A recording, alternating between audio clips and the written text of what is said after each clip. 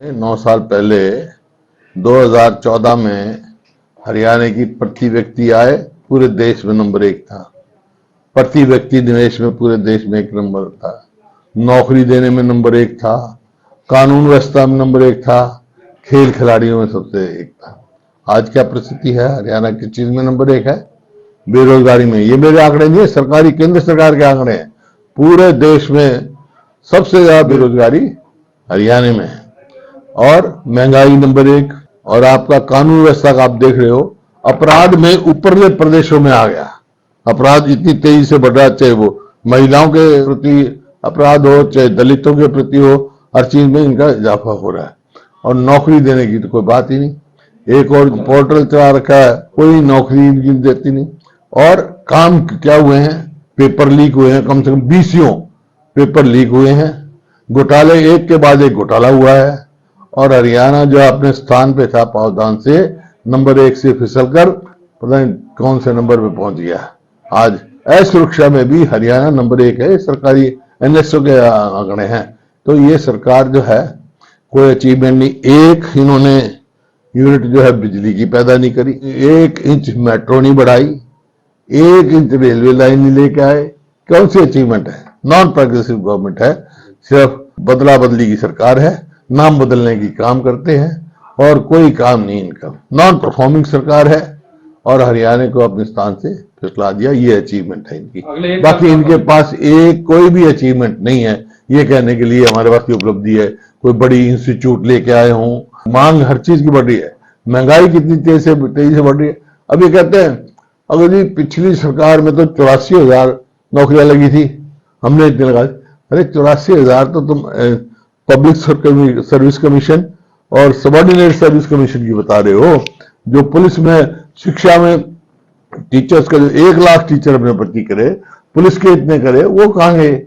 तो इनके पास कुछ है नहीं देने को, इनका लिफाफा खाली है। भूपेंद्र सिंह हुड्डा जी ने हमारे ऊपर काफी आरोप उसमें लगाए हैं, लेकिन मैं मानता हूं कि अगर सरकार की सबसे बड़ी कोई उपलब्धि है, वो सबसे बड़ी उपलब्धि है कि इस सरकार ने जनता में एक विश्वास कायम करा। सरकार का ये सरकार जो है ये सबकी सरकार है। ऐसी सरकार नहीं है कि कुछ लोगों की सरकार है, खास लोगों की सरकार है, कुछ एरियो की सरकार है।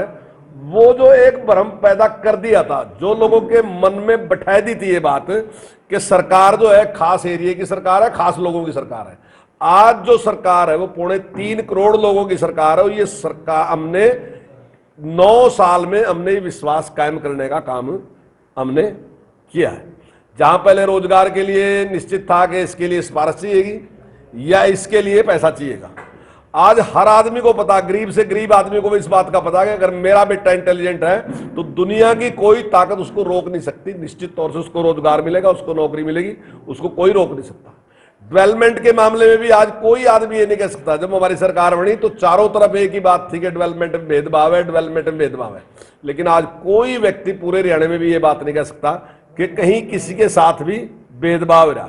और अब तो माननीय मुख्यमंत्री जी इस प्रकार से डायरेक्ट पैसा देना शुरू कर दिया पंचायतों को कि हर पंचायत को जितनी उसकी आबादी है उसके हिसाब से उसके अकाउंट में पैसा डाल दिया। 1100 करोड़ रुपए पहले डाले, 2400 करोड़ रुपए अब डाल दिए। किसी के साथ कोई भेदभाव नहीं, पूरे हरियाणा का एक तरीके से विकास करना और आगे लेके जाना। जो बात उन्होंने कही कि हरियाणा एक, हरियाणवी एक, तो व्यवहार में भी माननीय मुख्यमंत्री जी की वही बात है। दूसरी बात मैं समझता हूं कि सरकार की अगर सबसे बड़ी जिम्मेदारी है तो वो जिम्मेदारी है कि जो व्यक्ति पीछे रह गया उसको आगे लेके आना। पंडित दीनदयाल उपाध्याय जी ने यही एक हमें मंत्र दिया था कि अगर कभी तुम्हारी सरकार बनेगी तो थारी ड्यूटी यह होगी, जब भी तुम सरकार बनाओगे तब तुम्हारी ड्यूटी यह होगी कि जो अंतिम व्यक्ति है उसके लिए काम करना, कहीं वो पीछे न रह जाए, उसके लिए काम करना। और उसके लिए जिस प्रकार से आज सरकार काम कर रही है वो सब आपके सामने।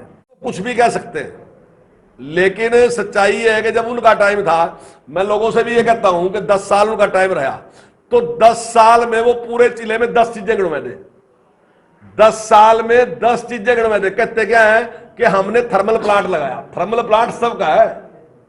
थर्मल प्लांट कोई जमुनानगर के लिए नहीं लगा कि जमुनानगर में बिजली मिली। थर्मल प्लांट में जो भी बिजली बढ़ेगी वो ग्रिड में जाएगी, ग्रिड से वापस आएगी। मैं ये नहीं कह रहा कि वो जरूरी नहीं था, वो भी जरूरी था। अगर प्रदेश के हिसाब से लगाओ तो जरूरी था, पर जिले के हिसाब से कह रहा मैं, जिले की जरूरतों की कोई 10 चीजें, कोई कांग्रेस का लीडर ये बता दे कि 10 ही है, हमारे से 20